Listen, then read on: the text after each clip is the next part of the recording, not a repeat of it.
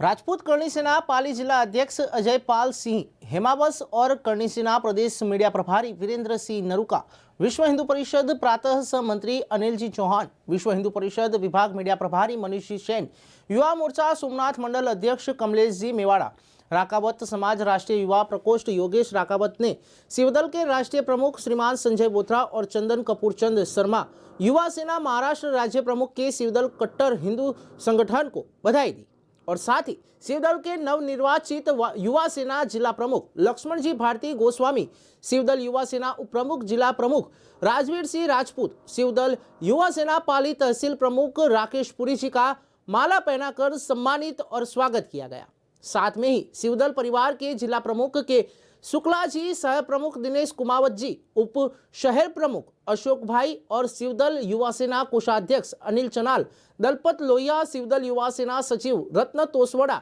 प्रचार मंत्री सत्यनारायण सांखला, संगठन मंत्री करण सोलंकी, शहर प्रभारी तरुण कटारिया, शहर प्रमुख नरेंद्र सेन, शहर उप प्रमुख और विजूभाई कोषाध्यक्ष आर्यन मेवाड़, प्रचार मंत्री विनोद पवार, मीडिया प्रभारी प्रशांत परिहार व्यास, कॉलोनी सदस्य नवीन सेन पानी दरवाजा और सभी शिवदल परिवार को शुभकामनाएं दी।